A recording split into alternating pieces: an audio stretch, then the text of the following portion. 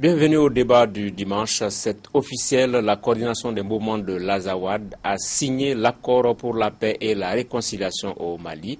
C'était hier samedi au Centre international de conférence de Bamako à la faveur d'une cérémonie qui a enregistré la présence de Ibrahim Boubacar Keïta, président de la République du Mali.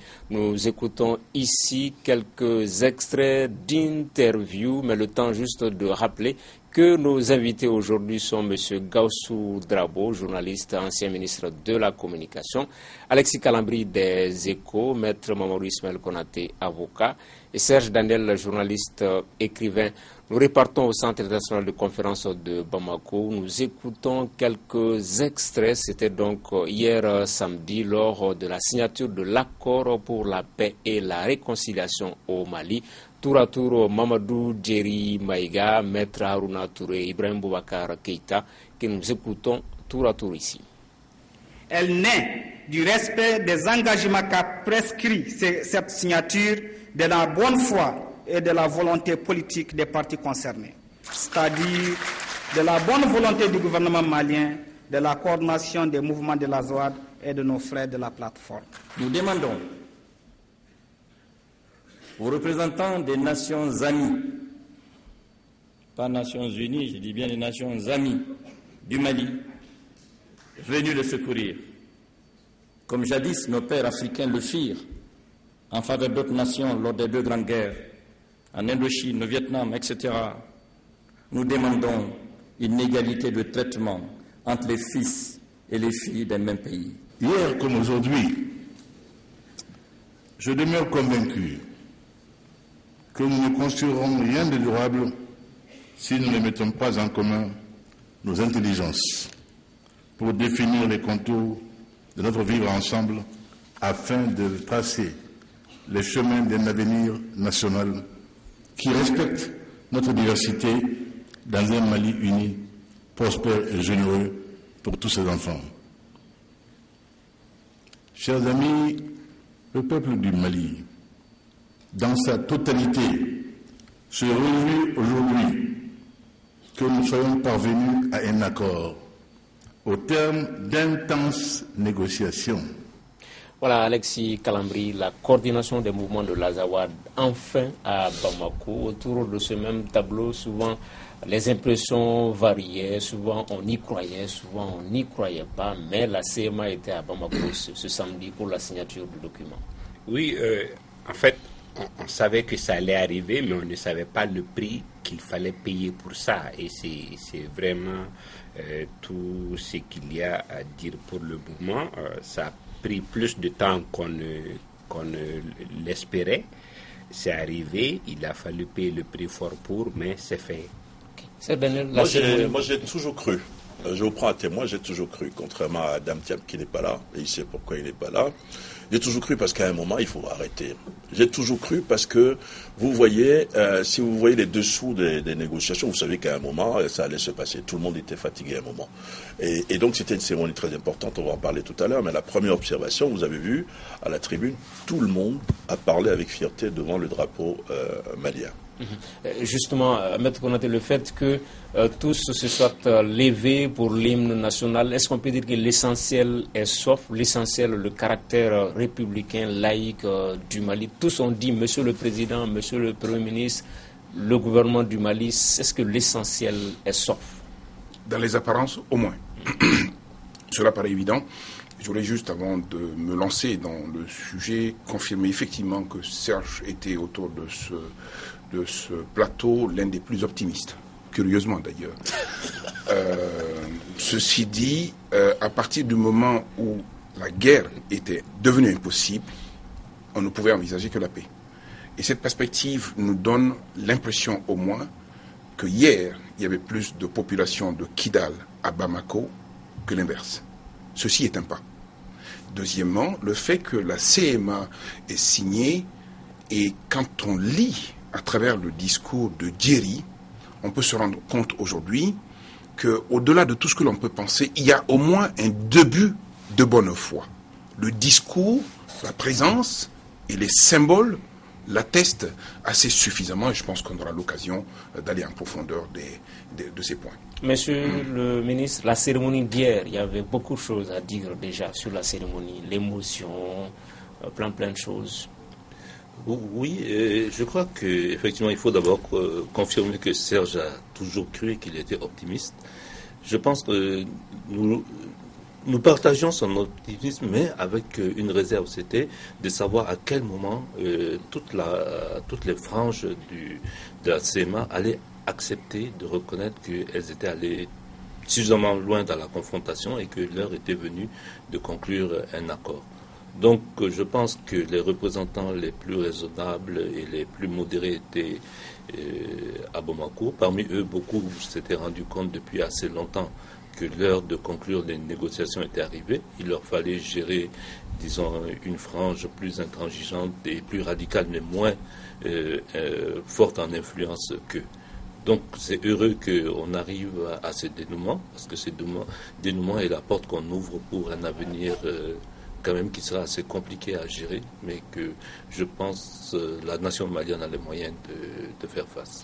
La nation malienne a les moyens de faire face, mais Alexis Calamine, le fait que ce soit les accords de Bamako, le fait que ce soit un document qui soit signé ici à Bamako, dans la capitale malienne, est-ce que c'est une valeur ajoutée à la chose?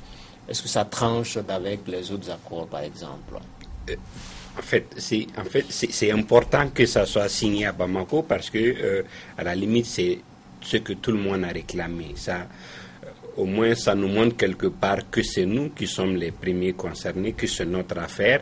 Et le fait que ceux qui ont traîné à venir aient accepté de venir et dit ce qu'ils ont dit ici, à la limite, c'est assez réconfortant.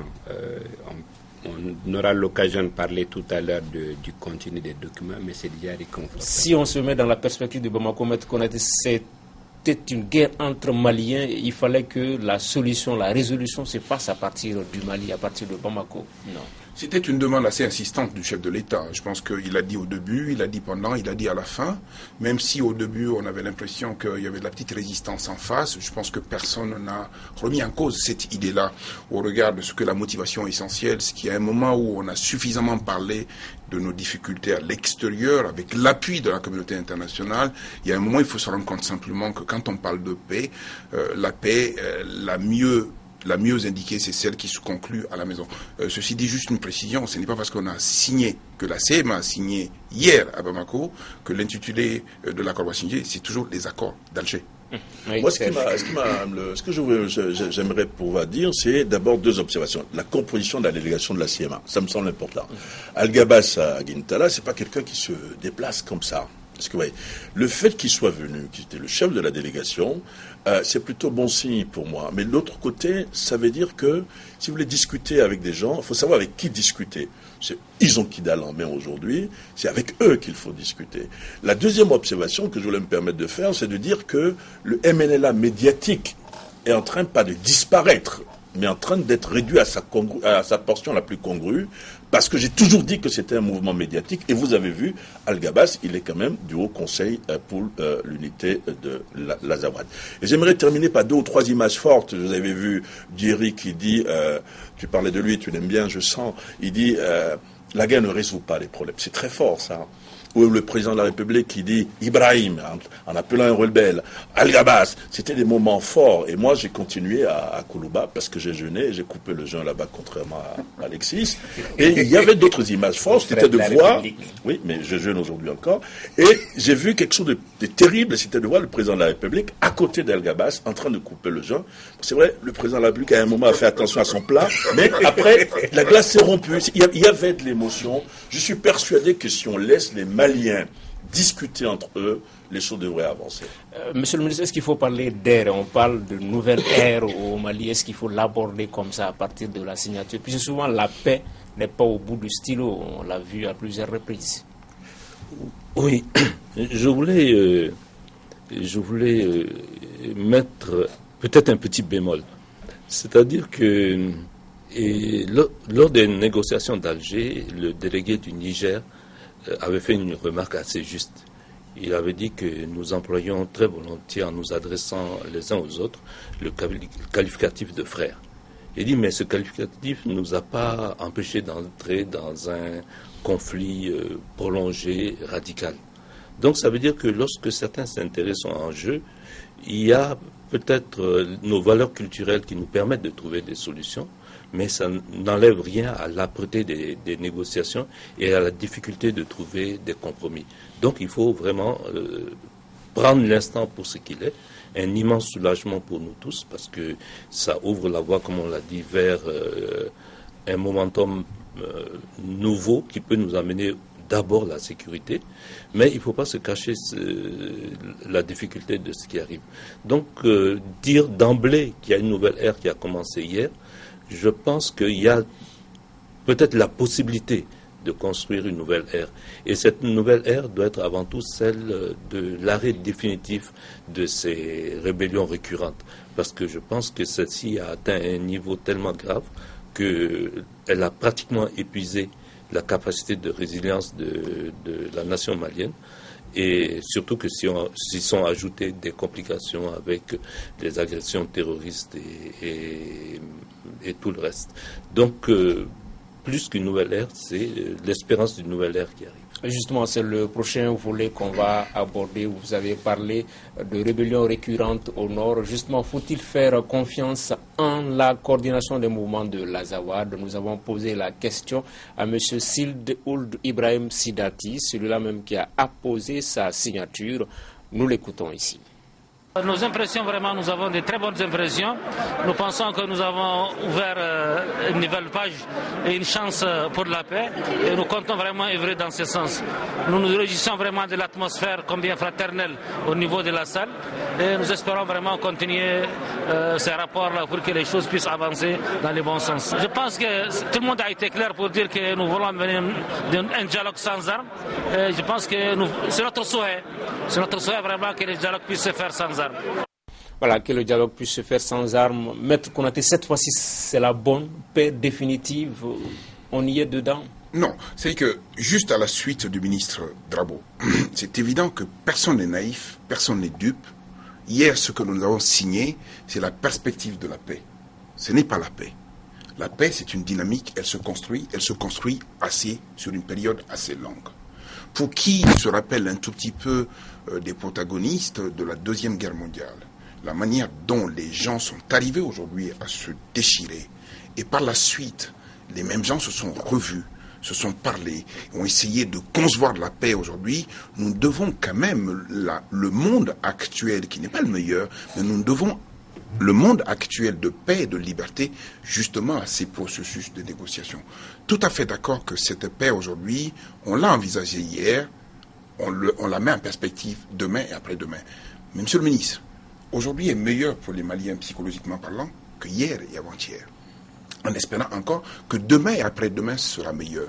Et c'est pour ça qu'à la limite, quand on regarde aujourd'hui la partie CMA, quand on analyse aujourd'hui les propos des uns et des autres, et il y a des mots qui sont assez symboliques. Nous voulons un dialogue sans armes. Nous voulons une paix, mais une paix réelle, une paix consensuelle.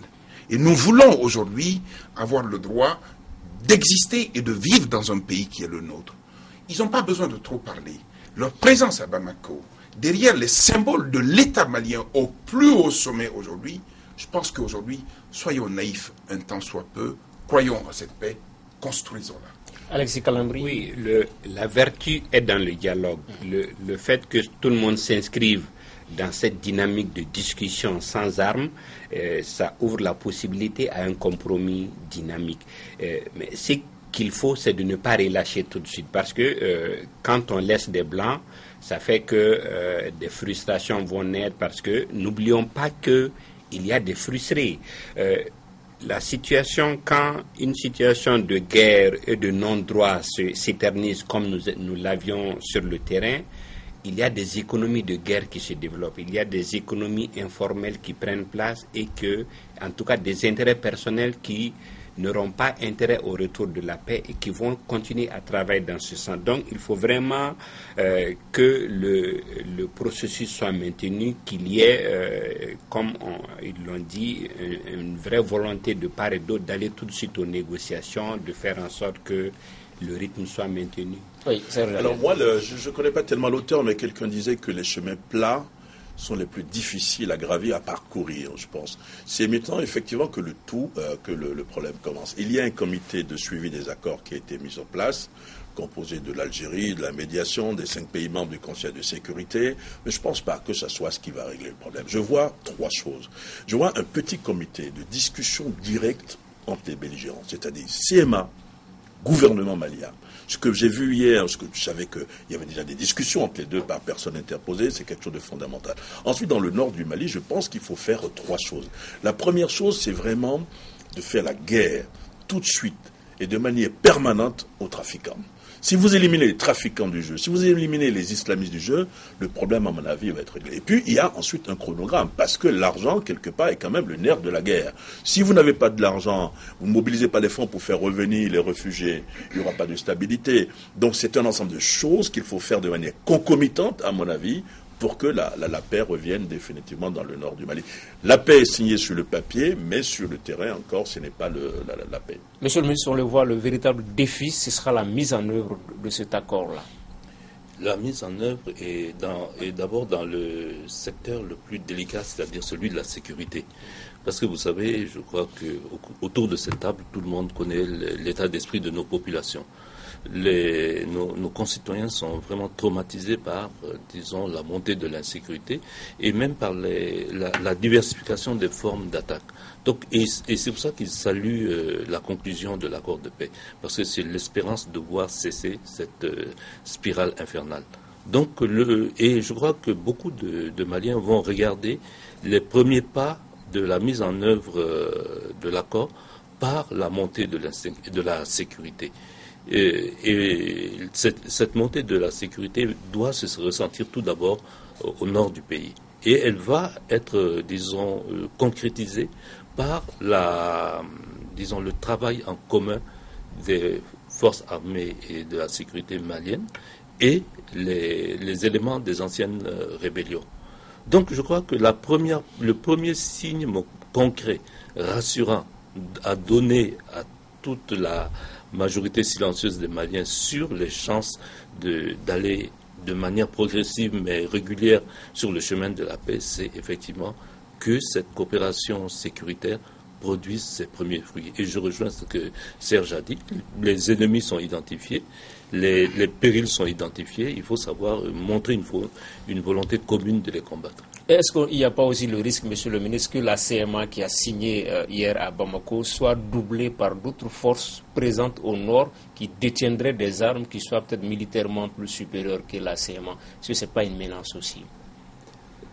Vous savez, on retient un peu l'histoire des anciennes rébellions. Vous avez vu que la signature du pacte national n'a pas empêché la recrudescence de l'insécurité. Donc, nous avons autour de cette table, je crois, une idée des forces militaires en présence. Mais nous n'avons pas, disons, une perception affinée des divisions, des éclatements qu'il y a à l'intérieur de ces forces armées rebelles, disons, l'assujettissement à la hiérarchie de certains groupes. Le MNLA, à un moment, a pratiquement donné des licences d'action à des groupes carrément de malfaiteurs, de brigands. Et ceux-ci ne peuvent pas se rallier objectivement à la paix. Ils vont toujours chercher à subsister grâce à une pratique de rapine, d'agression et de pillage. Donc il y aura effectivement à l'intérieur certainement de la CEMA des groupes qui vont se mettre de côté et qui vont essayer de continuer le combat. Mais ça, c'est une prévision, je crois, absolument logique. Ok. Mettre toujours dans la difficulté de la mise en œuvre, on voit qu'il y aura un chamboulement peut-être institutionnel, une réforme constitutionnelle, il faut un toilettage de certains textes. Là également, il faudrait que le gouvernement parvienne à relever cet autre défi. Bien sûr. Et je pense que ce que vous envisagez là est la conséquence de la mise en œuvre. Mais il y a un préalable qui est absolu. Les uns et les autres ont évoqué l'aspect sécuritaire, c'est important. Mais aujourd'hui, au-delà des formes institutionnelles, des structures institutionnelles qui sont prévues dans le cadre de l'accord même, je pense qu'il y a une dynamique de paix que les premiers acteurs doivent pouvoir porter tout de suite. Et la première des choses, Serge l'a dit, c'est l'idée d'un chronogramme. C'est-à-dire qu'il faut que l'on sache aujourd'hui, cet accord signé, dans la mise en œuvre, quelle est l'étape 1, l'étape 2, l'étape 3 et l'étape 4. Première problématique aujourd'hui, avant tout process institutionnel ou constitutionnel, il faut arriver d'abord à sécuriser les populations. Or, nous avons des populations encore qui sont meurtries, qui sont apeurées, qui sont psychologiquement incapables aujourd'hui de rester là où elles sont. Il faut faire en sorte aujourd'hui que celles qui sont parties reviennent, que celles qui sont restées soient sécurisées. Aussi bien à l'intérieur qu'à l'extérieur, bien évidemment, il a été dit tout à l'heure que les forces qui ont signé tout à l'heure ont leur doublon de toute manière. Mais autant ils ont leur doublon, autant il faut être conscient avec Alexis qu'il faut aller très très vite justement dans l'idée de dérouler de la paix. Donc le chronogramme est important. Les actions envisagées sont aussi importantes et le timing et le coût de tout cela est tellement important aujourd'hui que dans le mois, dans les 2 mois, il faut que cette paix ait une couleur, ait une âme et un esprit. Moi, je voulais ajouter une chose, c'est que je voulais résumer l'accord. Le drapeau national flotte partout sur le territoire national. Deuxièmement, les communautés gèrent les affaires. C'est normal, vous gérez chez vous, mais vous êtes malien, si vous voulez. Ça me semble quelque chose d'important. La sécurité des populations, c'est autre chose, c'est même capital. Mais il ne faut pas se leurrer. Moi, lorsque vous allez avec quelqu'un à 10 km de Gao, il a une arme. Parce qu'il n'y a pas de présence de l'État. Est-ce qu'il ne faut pas voir un système, parce que ça existe déjà un comité mixte de sécurité où vous avez les anciennes forces rebelles, l'armée, mais le tout sous le commandement de l'armée régulière pour sécuriser les populations. Je pense que ce sont des voies qu'il faut aujourd'hui pouvoir explorer et non dire que l'État peut être partout. L'État malien, actuellement, dans ses dispositions, ne peut pas contrôler tout le territoire national. Et c'est quelque chose, à mon avis, de difficile. Ok, monsieur le ministre, vous voulez ajouter quelque chose? Oui, non, je voulais dire que le chronogramme, maître, il est fixé. Il y a 2 mois, 60 jours qui sont accordés pour que les premières patrouilles mixtes se mettent en route. Et la difficulté, par exemple, dans ces patrouilles, c'est que, effectivement, dans un premier temps, on a souhaité que les ressortissants du Nord soient majoritaires. La médiation l'a souhaité, soit majoritaire en nombre et soit présent dans le commandement. Donc c'est des choses difficiles. Prioritaire et majoritaire. Voilà, prioritaire et majoritaire. Les groupes armés, vous avez quand même des groupes armés pro-gouvernement. Qu'est-ce que vous faites de ces groupes armés? Vont intégrer aussi, probablement. Non, ils sont intégrés parce que la formulation, c'est la CEMA et les groupes politiques ou militaires. Exactement. Ça veut dire que donc la plateforme est incluse dedans. Voilà. Non, je veux dire que c'est un schéma de circonstances. De transition. De transition, qui n'est pas facile à gérer. Et qui n'est pas, lorsque vous connaissez les choses de l'armée, ce n'est pas des choses qui se mettent automatiquement et facilement en place. Donc, mais l'essentiel, c'est pour ça que je dis que le premier test, c'est celui de la sécurité.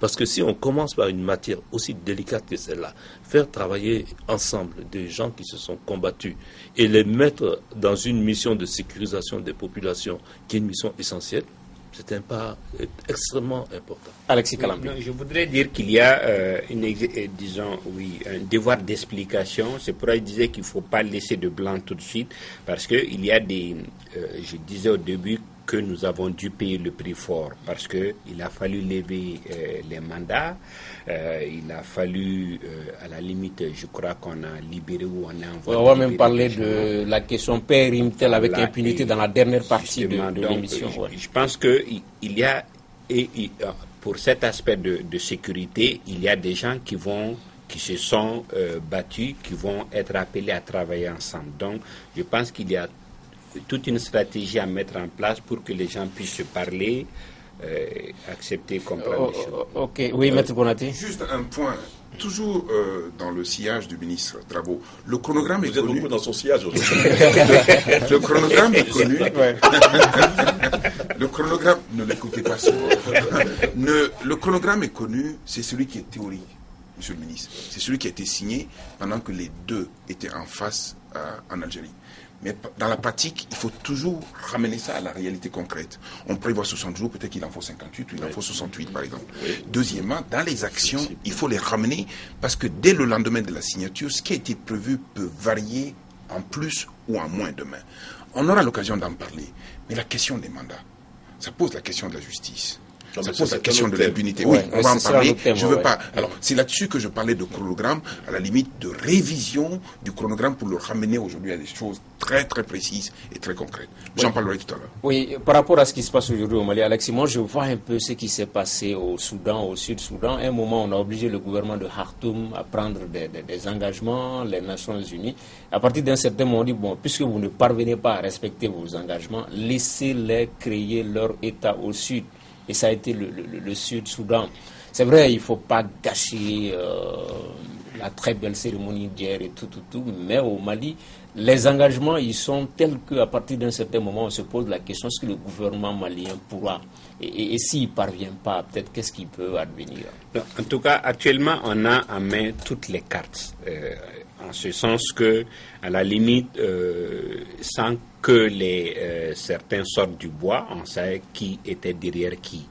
Et on a, comme je le disais, toutes les cartes en main pour négocier. Les postulats de base sont sur la table, le plus petit dénominateur commun étant sur la table, le reste est facile à négocier. Je pense qu'il n'est plus question des égos ou des intérêts personnels.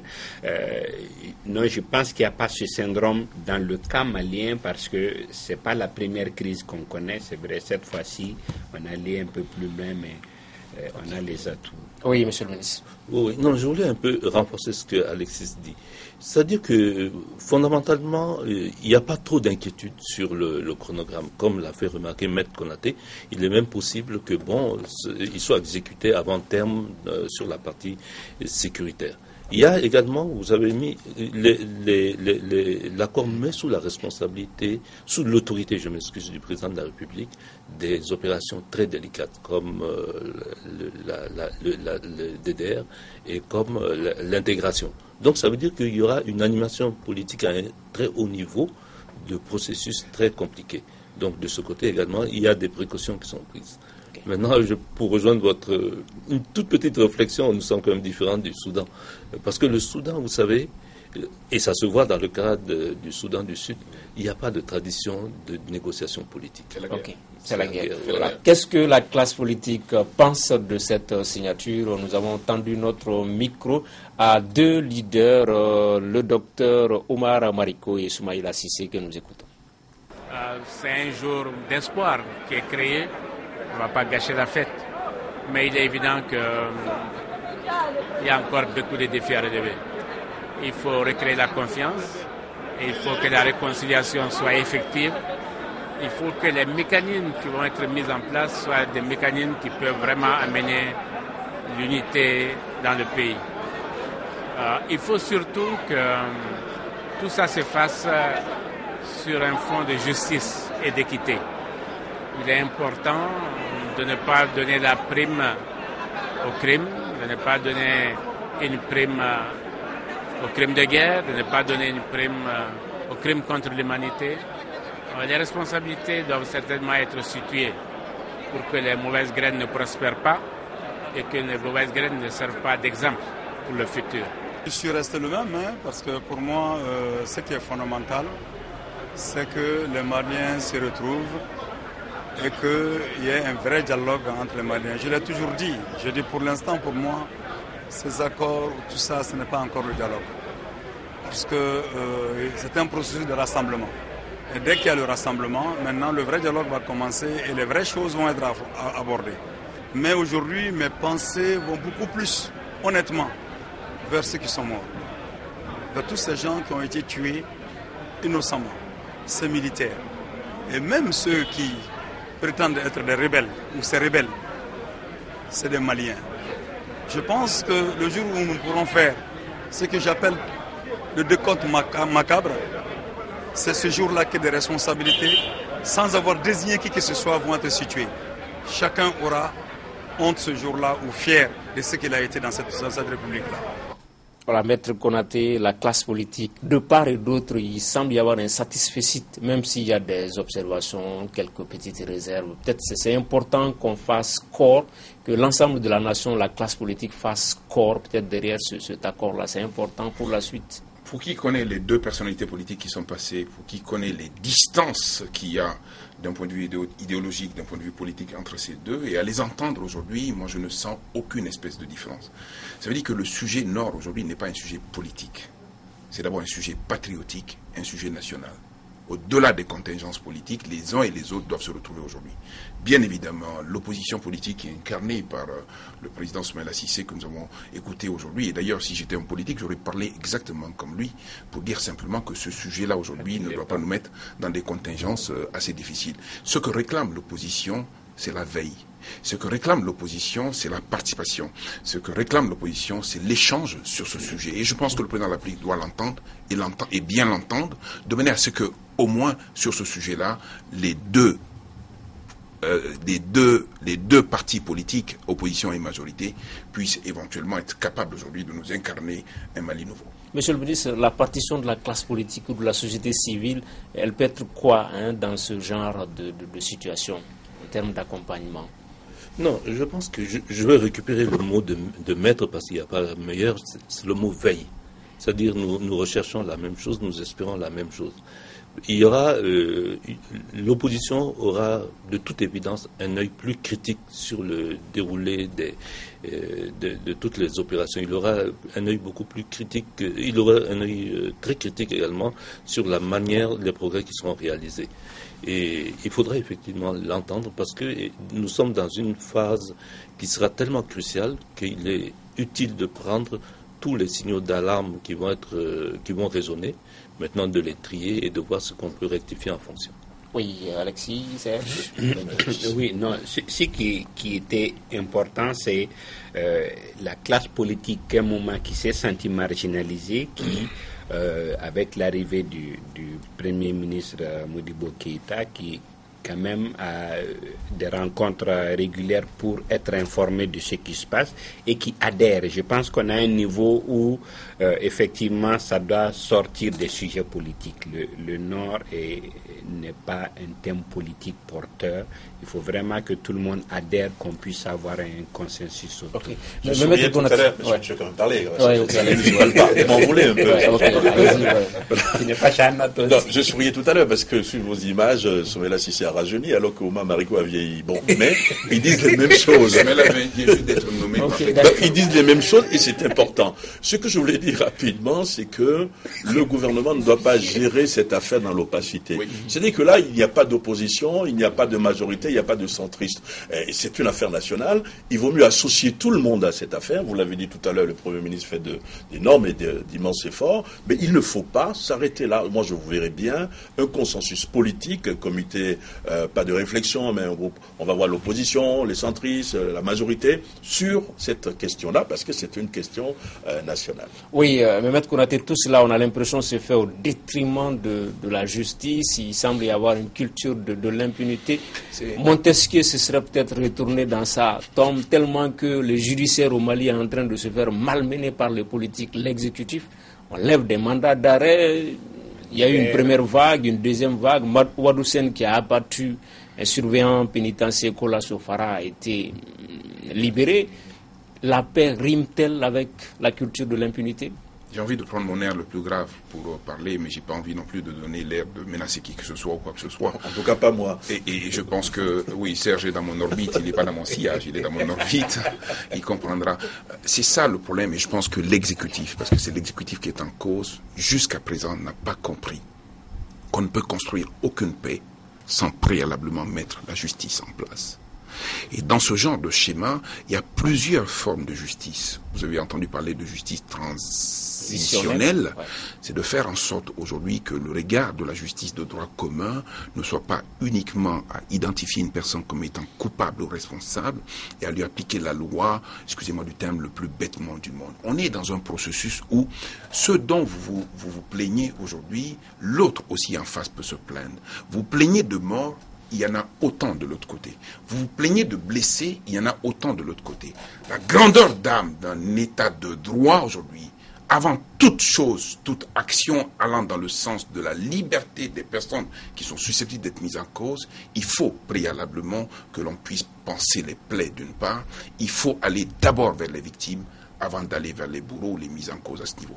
Tant qu'on n'aura pas fait cela, on donnera l'impression d'être dans un état non pas de droit, mais d'injustice, un état d'impunité. Vous savez, aujourd'hui au Nord, il y a des premières personnes qui sont les populations qui ont été les premières victimes à ce niveau. On a tendance à ne pas y penser. Et je pense que l'État doit prendre une mesure assez forte d'identifier ces personnes ou leurs ayants droit, d'en faire des pupilles de la nation, de venir en aide et en assistance d'abord avec eux. Je termine pour dire que la justice avait été mise en branle.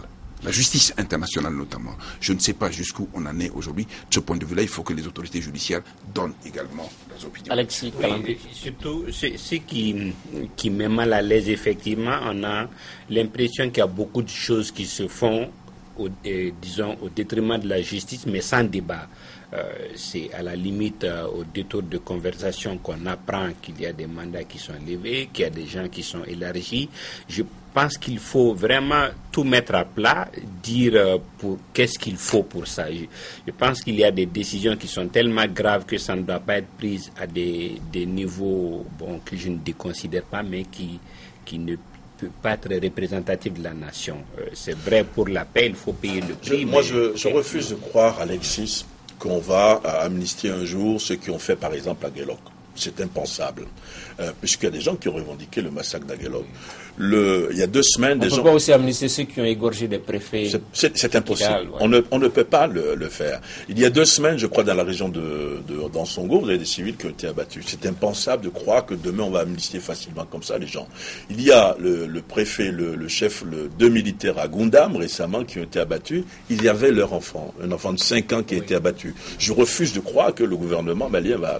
Il faut la justice dans un pays avant de parler de réconciliation. Si vous ne faites pas la justice, il n'y a pas la justice, vous ne pouvez pas parler de réconciliation. Maintenant, vous avez la justice de ce que les amis de l'OADA appellent la justice des Blancs, et vous avez la justice traditionnelle. Quel type de justice faut-il? Ça, c'est autre chose, mais il faut forcément juger les gens pour leur montrer que ce qu'ils ont fait n'est pas normal et que c'est devant la loi, ils sont en faute, et non décider de les absoudre comme ça. Ça m'étonnerait de voir demain l'impunité régner dans ce pays au nom de la réconciliation nationale. Si vous voulez faire de la réconciliation nationale une priorité, il faut forcément pouvoir juger les gens.